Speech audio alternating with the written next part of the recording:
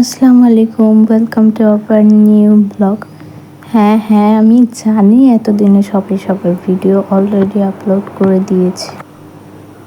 এই বাজিগুলো সারা রাতে ফাটাবার জন্য এনেছিল, আর এই মেহেন্দিটা আমি আপনাদের দেখাচ্ছিলাম, তখন অবধি জানতাম না যে এটা আমি দেব না। যাই হোক, পরে এই আচারগুলো খাওয়ার জন্য এনেছিলাম, এই আচারগুলো খাচ্ছিলাম। আচারগুলো বেশ ভালোই ছিল। তারপরে ট্রানজিট করে আমরা বাজি ফাটাবার জন্য চলে এসেছি, না আসলে এসেছিলাম।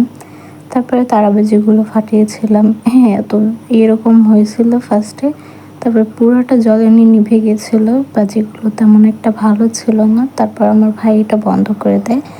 তারপরে আমরা একটু ফ্রাইড চিকেন খাওয়ার জন্য এসেছিলাম। এটা বেসিক্যালি শেষের দিকে ছিল, মনে ছিল না কি।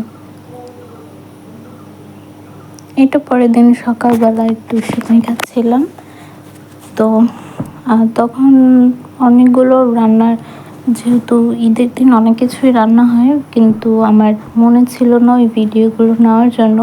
তার পরবর্তীতে এই সিমাই দুইটার আমি যখন খাচ্ছিলাম তখন এই ক্লিপস দুটো নিয়ে রেখেছিলাম, তো এটাই শুধু আপনাদের সাথে শেয়ার করতে পেরেছি। তো সিমাইগুলো আলহামদুলিল্লাহ মজা ছিল। আমার আম্মু রান্না করেছিল দুইটাই সিমাই। তারপরে সিমাইগুলো খাচ্ছিলাম, তখন অলরেডি সবাই কুরবানির ওইখানে চলে গেছে, আমি বাসায় ছিলাম। তো এরপরে লিচু খাচ্ছিলাম। এইটা একটু ফান করে করা হয়েছে এই ভিডিওটা। তো এই লিচুর এই ক্লিপসগুলো আসলেই ফানি।